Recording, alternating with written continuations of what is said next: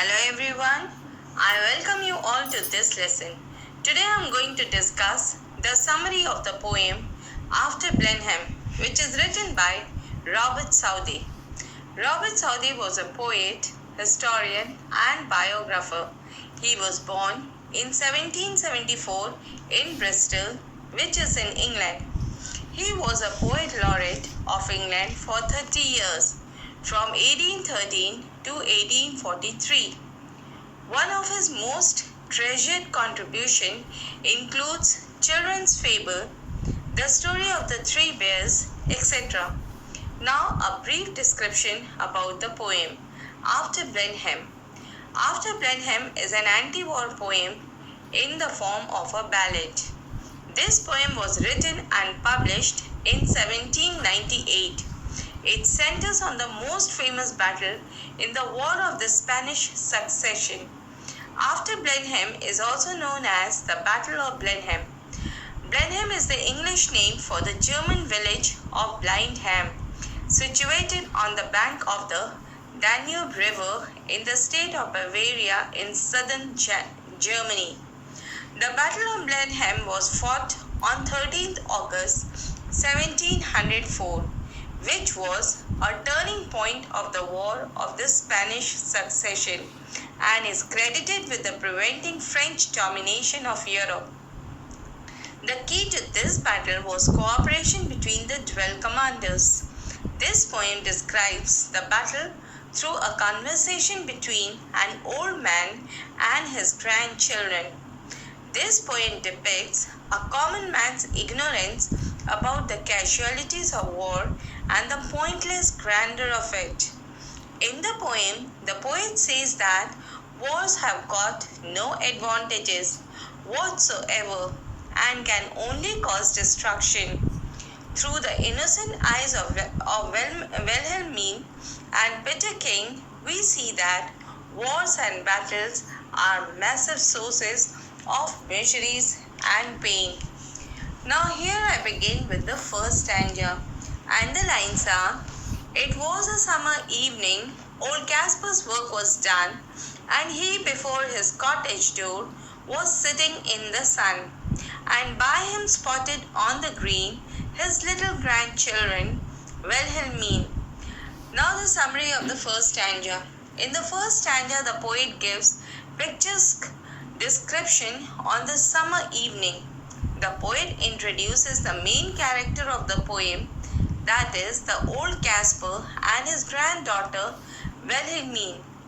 The poet tells us about an old man named Caspar who was sitting in the sun in front of his cottage after his day's work, watching his grandchildren play in the field. Now the second stanza. She saw her brother Peter King roll something large and round, which he beside the Revolute in playing there had found. He came to ask what he had found, that there was so large and smooth and round. In this stanza, the poet says that the granddaughter of Caspar, Wilhelmine, saw her brother Peter King bringing a large, smooth and round object to Caspar and asked him about it. He was fascinated by the object which he had found while playing beside the river. He was curious to know what the thing was, and so he turned to his grandfather for the information. Now the third stanza, and the lines are: Old Caspar took it from the boy who stood expectant by, and then the old man shook his head and with a natural sigh. It's some poor fellow's skull, said he, who fell in the great victory. Summary of stanza 3.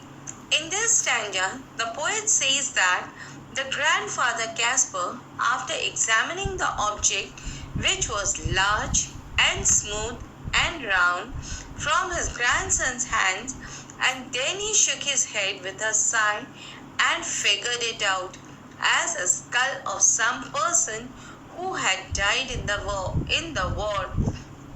It is ironic that He refers to the Battle of Blenheim as a great victory at the cost of the loss of human lives in the Battle of Blenheim. Now I come towards the fourth stanza, and the lines are, I find them in the garden, for there's many hereabout, and often when I go to plough, the ploughshare turns them out. For many thousands men, said he, were slain in that great victory. Summary, stanza 4. In the fourth stanza, Caspar goes on to mention that he had found many such skulls and all over the farms while ploughing. The land as thousands of soldiers were killed in the victorious war, that is, the war known for its victory. Those thousands of people who died were not even given a decent burial. The dead bodies of these soldiers lay in the fields unnoticed. Caspar uses the term great victory, which expresses his pride at the sacrifice of the soldier who had played a vital role in the war. Now I come towards the fifth stanza, and the lines are, now tell us what was all about young Peter King. He cries, and little Velmy looks up with wonder-waiting eyes. Now tell us all about the war and what they fought each other for. Now summary of stanza 5. In this stanza, the poet says that the children were excited to know more about the war. They were curious to know what was the purpose of the war. When Peter Ken and Vellemin asked his grandfather about the war, he says that it was actually the English who forced the French to rush into the battlefield. Yet, he cannot state a clear reason as to why they decided to fight in the first place. In this stanza, the poet distinguishes the curiosity and enthusiasm among the little children who looked up to their grandfather in anticipation to know the reason for the war and with their wonder-waiting eyes. Now the sixth stanza, and the lines are, it was the English, Caspar cried, who put the French to rout, and what they fought each other for, I could not well make out. But everybody said, quoth he, that it was a famous victory. Now summary, stanza 6. In this stanza, Caspar says that it was the English who defeated the French. But what was the reason for this fight or war? That he could not understand. But since everybody was saying that it was a very famous victory, just like a common people who are unaware of the reason of the fight of the war, they are just like a parrot repeating the same thing, that it was a great victory without knowing the reason of the war. And Caspar is frank enough to admit that he just chose to know what others told him regarding the war, that it was a famous victory. He did not even try to find the purpose behind it. Now the seventh stanza, and the lines are, my father lived in Blenheim then, yon little stream hard by. They burnt his dwelling to the ground, and he was forced to fly. So with his wife and child he fled, nor had he where to rest his head. Now the summary of stanza 7. In this stanza, the poet says that Caspar is recollecting the memories of his past. He tells the children that his father used to live at Blenheim. The French soldiers burnt homes of several innocent people, among which was his father's home also.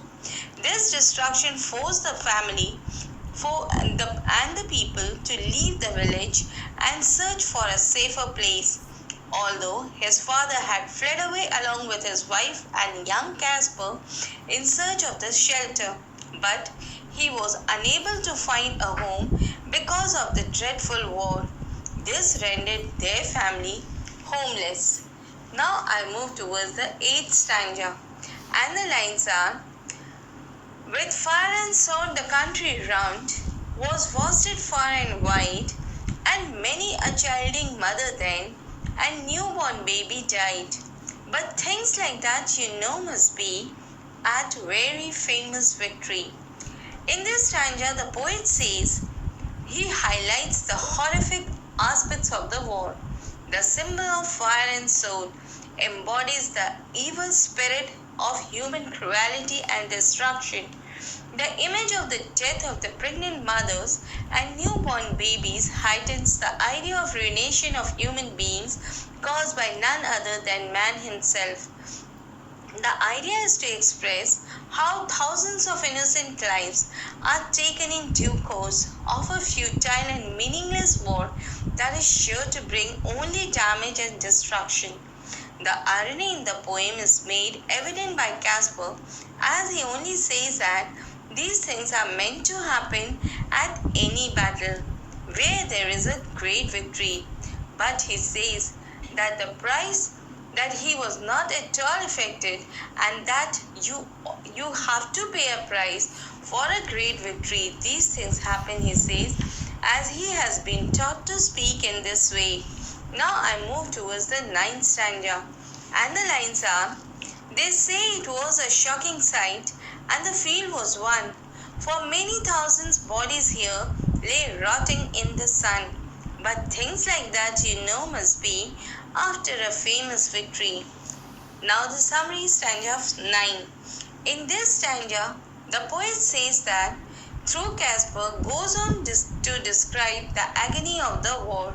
He mentions the shocking sight of the battlefield that was full of dead bodies of the soldiers rotting in the sun. Through this image, the poet attempts to bring into consideration the indignity in the way the soldiers lay. They are reduced to a mere status of an inanimate object. There is no dignity, no glory in the war, only miseries. Even after such terrifying aspects of the war, Casper regards it as a famous victory, which emphasizes on the ignorance of the old man about the purpose and consequences of the war. Now I move towards the 10th stanza, and the lines are, great praise the Duke of Marlborough won, and our good Prince Eugene, why it was a very wicked thing, said little well-meaning. Nay, nay, my little girl, quoth he, it was a famous victory. In summary, stanza 10. In this stanza, the poet says that the Duke of Marlborough was an English general. He was the commander of the British forces in the Battle of Blenheim. Prince Eugene and the Duke of Marlborough represented the Britain in the battle and defeated the French at Blenheim. Casper sang praises for men who brought the famous victory to the nation. But Bellamy, confused at the meaningless praises, exclaims that the war was a wicked thing. For the first time in the poem, we see a disapproval of the false glory of the war. But shutting the little child's mouth, Casper goes on to repeat the same thing, that the war for him is not a wicked thing as long as it was a famous victory.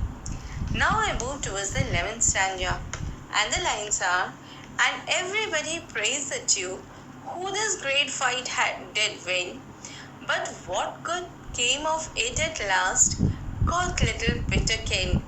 Why, that I cannot tell, said he, but it was a famous victory. Summary stanza 11. In this stanza, the poet says that Casper boasts of Duke for having won the war for them. Innocent Peterkin asks his grandfather, what good comes out of such miseries? Old Casper is unable to answer the question to the little child. All he can say is that it was a famous victory. The remark heightens the sense of irony in the poem, as in spite of such cruelties and casualties, the old man sticks to his illogical belief that the war brought the victory to them. Peterkin puts a very nice question, but what was the result of so many people died, so many houses burnt, such loss of property? So who seems to be more mature, Bellarmine and Peterkin, or the old Gasper. They are small children, and yet they realized that there was nothing great in the victory. So many people perished, houses burnt, pregnant mother killed, newborn babies killed. So what was the profit of this victory? And Caspar remained loyal and honest to what he has been taught that he could tell, but it was a famous victory. He was speechless to the remarks made by the children, and all that he could speak is that it only brought victory to them. Now, the conclusion of this poem. War is a curse. It represents the worst form of human behavior and its cruelty to our fellow beings. In this way, the poet wants to make us aware of the futility of the war, the hopelessness of the war, and the sufferings that it brings. In the war, not only the soldiers died, but many innocent children and pregnant mothers were killed. Houses and fields of crops were burnt, and people had to flee their homes to save themselves. The poem gives a strong message that war is not an option, and nothing ever justifies the loss of lives and destructions caused by the war. It only causes destruction between the two. Although victory has many fathers, but failures an orphan. The repetition of the line, "It was a great victory," at the end of every stanza is only to emphasize the irony and to deliver the poet's message that war cannot be great. It can do no good. Thus, through this poem, After Blenheim, the poet Robert Southey presents the conflict between the glorious notion of war and the truth of the war in the poem. The war was fought over a tribal dispute which costed thousands of lives. It brings destruction to the life and property. Victory cannot bring back all the lives which were lost during the war. Here, war is futile and should be avoided. So, with these notes, I end the lesson. Hope this explanation in a nutshell will help you in your study. Thank you.